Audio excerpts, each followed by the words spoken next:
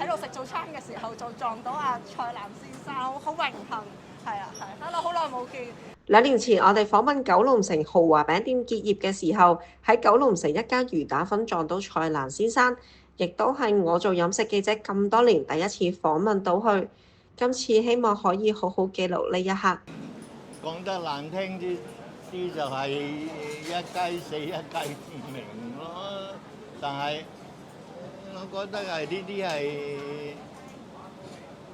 必然嘅，所以始終都有人繼續做落去。生前咧同九龍城甚有淵源，多年嚟咧都幫襯而家已經退咗休九龍城豬肉老闆偉哥，而偉哥咧亦都兩度獲蔡瀾贈予書法嘅作品。搬咗去新屋，即係擺喺你個廳嘅位置喎。兩幅都正廳。咗幾耐其實？哇，好耐咯，真係好耐啦。